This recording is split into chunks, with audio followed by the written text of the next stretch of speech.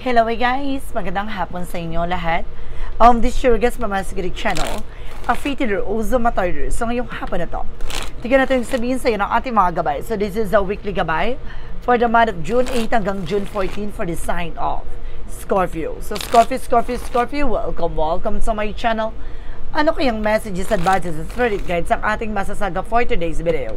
Kanina kayang energy at kaganapan sa buhay ng mga Scorpio signs ang ating makakagilap. So guys, this reading is a general reading lamang din at makaka-resonate. Kunin lamang po ang makaka-relate sa inyo and comment down below kung kaninong energy ang ating nasagot.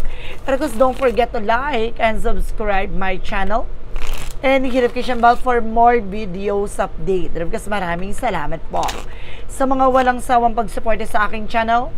Lalo-lalo na ang dirige-skip ng adzaway pagpalaing kayo ng Diyos at may kapal, siksik-liglig nag-uumapaw na biyayang manambalik sa inyo. So let's see guys, what is the message sa inyo ng ating angel spirit for the sign of Scorpio? So let's see and watch this. Angel spirit, God, please give me information para kayong sabihin sa inyo ng ating mga baraha. Okay, there's a Four of Cups. Not just re-evaluate or analyze. So, may mga bagay na kailangan mo ng pag-isipan. Before taking action or any decision, so kailangan pagmamasdan mo, pagbubusisiin mo. No, at this something guys, na pag-iisipan mo yung bawat kilos at galaw mo. No, hindi ka pwedeng ura-urada, no? Additional messages. And this is something, the Death card, with an ending and a new beginning. So, may mga bagay na tatapusin na may mga bagay na magsisimula muli, no? Maaring may matapos, no? Maaring magkaroon ng panibagong eksena. And this is something, the tower moment for immediate changes. Na malaking pagbabago sa buhay mo na magaganap, no? Let's see additional messages. Reference with the moon card with the truth reveal. Na ilalantad lahat ng katotohanan na dapat mong malaman, matutupad din ng mga pangarap mo. No, at matagal mo nang inaasama-sama. And this is something, the strength card with a confidence. So, kailangan lakasan mo loob mo, maging matapang ka. Alisin mo yung takot at pangamba mo. No, hindi pwedeng may pag-alilangan ka. And this is something, the Knight of Wands for slow and steady. Na manatili ka sa ginagawa mo, gawin mo yung mga bagay na makakatulong for you sa pag-abot ng mga pangarap mo. Kailangan mo lang tapusin, no? Ano man yung mga bagay na dapat mong tapusin. At the same time, pag-isipan mo yung mga bagay na alam mo makakatulong sa'yo for your growth and expansion. This is something, a major transformation na maaaring maganap sa buhay mo. What is the Four of Cups? Reference with a Sun card with a pure positive outcome. Bibigyan ka ng liwanag, no, linaw, na lahat ng mga bagay na to ay may magandang idudulot sa'yo. No? So let's see what is the Death card. What is the Death card? Represent with the Five of Wands. Something guys with complications. So, ibig sabihin matatapos na yung mga nagbibigay komplikasyon. Na nagbibigay kamalasan, sumpa, o naman yung uri ng masasamang mahika na maaaring tinapos na. No, maaaring may humakad lang sa'yo, maaaring ito na yung katapusan. Now, this is the Six of Cups, no? Maaaring may mga babago rin sa mga nakaraan, no? May mga bagay na unti-unti nang matapos, no, mawakasan. No, magkakaroon ka ng bagong eksena dito. And because there's something guys with a Ten of Wands, no? Malalaman mo na kung saan nanggagaling yung balakid, no? Yung bigat, no? Ng mga pinapasan, mga nararamdaman, na unti-unti yung magliliwanag sa isip mo. No? And there's a strength with the Knight of Sword, no? Sasagutin na yung matagal mo ng tanong. No? At the same time, bibilis ang takbo ng sitwasyon, lalakas ang loob mo, magiging matapang ka na. Now, what is the Knight of Wands? Represent with the Two of Swords. Now, there's something, decision that you need to make. So, ngayon hinay-hinay, no, sa pagdidesisyon. No, kailangan mo mag-take ng action dito, but eventually, kailangan mo munang i-evaluate, no, bago ka mag-proceed. What is the initial messages with the Four of Cups because the Sun card? Represent, guys, with the Five of Pentacles. So, see, I told you, sinasabi ko dito, na bago ka mag-take ng action or decision, pag-isipan mabuti. No, baka mapunta sa wala, no? Baka makaranas ka ng financial crisis o financial loss. What is the Death card? Because the Five of Wands. Represent guys with the Ten of Swords. So, see, matatapos na talaga yung sumabotahin sa'yo. No, yung trumaydor sa'yo, matatapos na to. No? Yung mga komplikasyon tapos na. There's a Ten of Cups with the happiness. So, magiging masaya at magiging maligaya ka na. No? Mag-uumapaw na ang kaligayahan dito. At the same time, this is something the King of Wands. No, unti-unti mo nang masisilayan ng posibilidad, no, na maganap sa buhay mo, na mangyari, no? Additional messages. So there's a judgment for a wake-up call. pinapalalakan ka na kailangan mo i-boost yung confidence mo para mag-succeed ka dyan, no, sa ginagawa mo. What is the Knight of Wands sa Two of Swords? Reverse with the Three of Swords, no? Kumbaga, unti-unti ka na magdidesisyon dito na papakawalan mo na yung mga taong minsan na nakapanakit sa'yo. Unti-unti mo nang bibitawan, papakawalan. No, mayroon ditong mga taong naiinggit, may taong talagang sumasalbahe sa eksena mo. Kaya kailangan alam mo sa sarili mo yung panghahawakan mo. What is outcome? For the outcome, guys, represent with the Six of Pentacles. Magtutuloy-tuloy na raw about sa finances. Gaganda na raw ang ikot ng kapalaran para sa'yo. No, magiging maganda na daloy ng iyong pagkakaperahan. And there's a Nine of Pentacles. Magkakaroon ka ng security, practicality.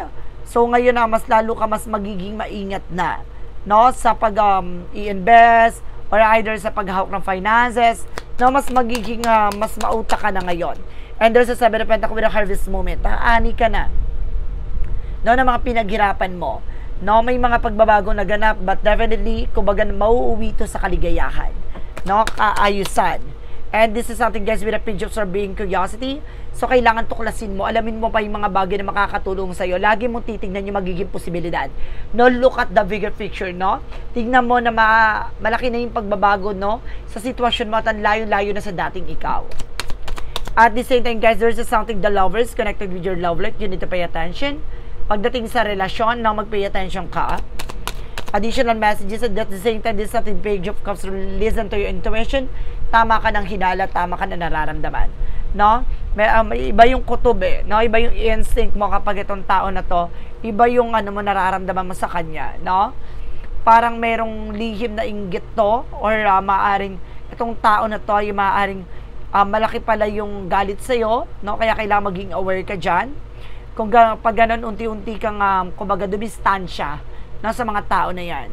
So, let's see what is additional messages tayo pagdating sa finances and career, love life, at kalusugan. Alamin na natin yan, guys. So, let's watch this. For finances and career, represent what? So, there's something, guys, with a Hermit card. Now, pagdating sa finances mo, there's something spiritual enlightenment. Na may mga bagay na magliliwanag on how to manage and control your finances. No, masasagot na lahat ng katanungan mo kung ano nangyayari behind the scene or behind your back pagdating sa pera, kaperahan, negosyo, trabaho. Now, there's something, the Queen of Cups, no, emotional healing, na magiging kalmado na ang iyong emosyon, na mas magiging mature ka na how to handle your emotions. And there's a Two of Pentacles with a balance. So, magiging balance ka dito na pagdating sa pagmamanage, no? And there's a Three of Pentacles na kumbaga ngayon mas lalo ng makikipag-collaborate ka na maayos at wasto. No, sisiguraduhin mo na itong mga bagay na ginagawa mo ay malaking ambag, no, sa magiging tagumpay mo. And there's a Queen of Pentacles, maging practical at maging mature ka how to manage and control your finances. At the same time, guys, no, pwede kang magnegosyo dito. No, may potential ka para gumanda na ang takbo ng iyong pagkakaperahan. And this is something, the Nine of Cups. Maraming offer na paparating pagdating sa'yo. So, pagdating naman tayo sa love life, anong chika sa'yo ng ating gabay? There's an Empress card for disconnect from the world. No, self-love, self-care, kailangan mo makalina talagaan yung sarili mo. And there's an Hierophant for lesson learned. Matuto ka na, no? Sa mga pinagdaanan mo pagdating sa buhay pag-ibig, nagkakaroon kasi ng self-sabotage. That because of your action and decisions. No? At the same time, this is something the Kingman, no? You're feeling stuck, no? Lutang ka. Maaring balisa tong person mo or balisa ka. No? There's a King of Pentacles. Magkaroon ka ng seguridad sa kung ano ba talagang plano mo. Ano ba talagang gusto mo. No? Let's see what is additional messages. At the same time, this is something the Chariot. There's the King of Cups. There's a devoted supportive person na may taong sumusuporta at gumagabay sa'yo dito. No? Meron talagang taong magmamahal sa'yo for good. No? What is additional messages with an angel spirit? Na pagdating naman tayo sa kalusugan, and this is something the Knight of Swords with an anxieties, sleepless nights, worries, no? Some of you guys, no, talaga nagkakaroon ka dito ng pangamba, no? Takot, no? At the same time, kung baga nahihirapan ka sa pagtulog, and there's something that black namin, na talaga may sumasalbahay sa'yo, no? Talaga may gumagawa ng hindi maganda sa'yo. There's a Six of Swords with transition. No? Kailangan mo nang makalaya dyan sa sitwasyon na yan. No? At the same time, there's something, the Ace of Wands for a new project and new plans. Dito papasok ang mga bagong proyekto, plano. At the Queen of Wands, something confident. Lakas naman loob mo, maging matapang ka. No? Alis yung takot at pag-alilangan mo. And there's the world, no? Gaganda na yung mundong ginagalawan mo. na magiging maayos na rin ang kalagayan at kalusugan mo. No? Kailangan mo lang umiwas sa mga bagay na nakakasama sa iyo, yung pag-iisip. No? Then of course, kailangan mong magpahinga ng maayos. So there's a Wheel of Fortune with the power of the deck, with the Wheel of Fortune with the destiny is yours. Talagang nasa kapalad mo talaga na maging maganda ang ikot ng kapalaran mo. So guys, let's see what is the magical fire messages, advices, and of course, pick a card, yes or no. So let's watch this. With the magical fire messages represent what? With the magical fire messages represent, there's a patient place, so kailangan mahabaan ng pasensya mo. No, matuto kang kumalma. No, huwag ka magmadali. No? At the same time, there's a spring with a blossoming. No, may paglago talaga ng finances dito. Na magiging maganda na ang daloy na sitwasyon mo, kapalaran mo. One more card, please.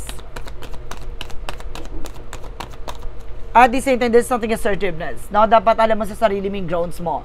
No, huwag kang didepende sa mga tao na sa paligid mo. Alam mo dapat yung pinaniniwalaan mo. No, alam mo dapat yung mga bagay na gagawin mo. With a yin and yang oracle card, represent what? Represent with the present with the abundance. No, magkakaroon ka ng kasaganahan dito na nag-uumapaw. And there's something close up, no, guarded, protection at mahalaga mo yung sarili mo dito. No, hindi mo kailangan i-pressure yung sarili mo sa mga taong nasa paligid mo. There's a descent card with empowerment. No, lalakas na or bibigyan ka ng kalakasan at bibigyan ka ng kaliwanagan dito. Now, so let's see what this synchronicities represent what? For synchronicities represent what? Represent with an intuition, no? Kung magtatalas na ang iyong intuition, mas lalo mag-a-activate, no, ang iyong spiritual abilities. And this is something brother. Na mayroon ka ditong kapatid na lalaki na maaaring involved or connected with you. Now, what is the romance angel for a mystic love oracle deck? Reference with an enemy. Now, there's a watcher back. Na meron talagang kalaban ka dito na nasa likod mo lang. And there's nothing dating with meetings for someone. So, some of you guys na pwede ka mag-date dito or something you're being single. No, meron ditong kinikilala ka ng panibago. Or some of you guys na there's a missing you, meron ka dito na mimiss. No? So, let's see what is an angel's number represent what? An angel's number represent what? And there's a 23 with an endless cycle. Now, there's some truth you're resistant to accept over and over again until you're tired and restrained beyond depressions. It takes a decision to live life for yourself. Life is all about passion. Then you make change and the world around you follow. So, kung di mo babaguhin yung sistema, no, yung mga nakagawian, mga nakasanayan mo, hindi magbabago ang mundo ginagalawan mo. Paulit at paulit pa rin ang mangyayari. So, ngayon pa lang, putulin mo na, no, ang mga nagsisilbing komplikasyon sa eksena mo. What is the money move oracle deck? Represent with an investment. So, some of you guys, no, kung mag-invest wisely, matuto ka na, no, kung saan ka mag-invest ng time, effort, ng love, no, saan mang uri yan, pero most of all, guys, no, pagdating sa finances, maging mautak ka. Now, and there's a part of the light represent what? What is the part of the light represent what? Part of the light represent what? There's a victories. No, huwag ka mag-alala. No, ang tagumpay ay nasa sayo. No, so there's a victory. So, ibig sabihin marami. No, laban na laban. Now, I have growth with the universe, discovering the higher wisdom that lead me to the victory by directing my thoughts to clarity. I cultivate wisdom, love, and kindness within myself. With this, I am free to embrace all that life efforts offers, knowing that I am guided and supported by divine light. So, alam mo, na ginagabayan ka at sinusuportahan ka ng ating angel spirit, no? So, let's see what is a shadow work represent what? What is a shadow work represent what? Represent, guys, with a shadow dance, no? Fluidity, movement, and open. When you move shadow, you discover your rhythm. So, ibig sabihin dito, sa bawat kilos mo, sa bawat eksena na ginagawa mo, doon mo makikita, no, ano ba talaga yung purpose mo sa buhay, no? Kailangan mo alisin yung takot at pangamba mo. Let's see what lies beneath with the hidden future. What lies beneath with the hidden future represent what?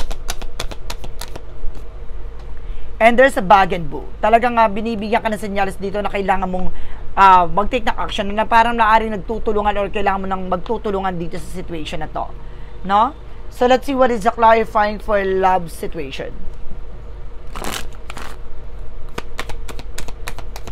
Clarifying for love situation represent with a playful innocence and raise a childish spirit where baby step lead to joy, not seriousness, no?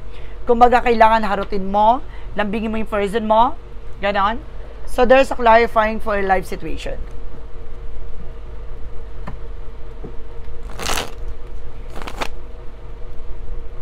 For clarifying for a life situation, represent what?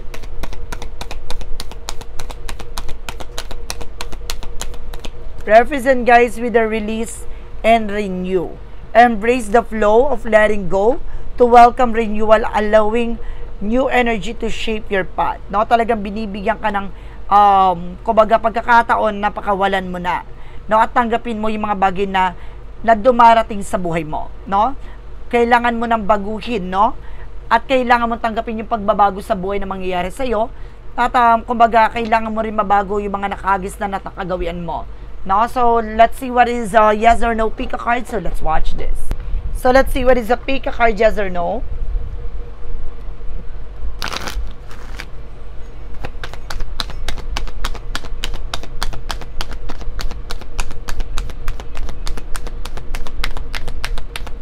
Number 1, there's something a no. That bridge is frail, crossing is risky, no? Kumbaga sira na raw, no, ang iyong dadaanan, no? Kailangan mo humanap ka ng ibang paraan, no? At sinasabi dito, wag mo nang ipilit pa dahil maghihirapan at the same time, no? Masusugatan ka lang at baka mapahama ka pa. Number 2, represent, guys, with a no again. Learn from experience, always no longer word. Na matuto ka na sa mga mga pinagdaanan mo, naranasan mo, para hindi na maulit-ulit yung ganong scenario. Number 3, now there's something, guys, with a yes. Finding fertile ground, steady growth, fruitful. Na ibig sabihin dito, mahanap ka ng bagay na makakatulong sa'yo, kung saan ka lalago, saan ka lalawak ang kaalaman mo, paano yayabong ang iyong kaisipan sa lahat ng bagay, at paano mo ma-apply, no, lahat ng mga bagay karanasan sa buhay mo. So guys, this is a weekly gabay for the month of June 8 hanggang June 14 for the sign of Scorpio. So Scorpio, maraming salamat po for this wonderful reading. So once again, this reading is a general reading lamang, dilat makaka-resonate. Kunin lamang po makaka-relate sa inyo, and comment down below kung kaninong energy ang ating nasagot. And of course, don't forget to like and subscribe my channel and hit notification bell for more videos update. Kasi maraming salamat po sa mga walang sawang pagsuporta sa aking channel. Lalo-lalo na ang dirigi-skip ng adsaway pagpalain kayo ng Diyos at may kapalisiksik digdig na guumapaw na biyayang manang balik sa inyo. Maraming salamat po in see the next video. Bye-bye and babush!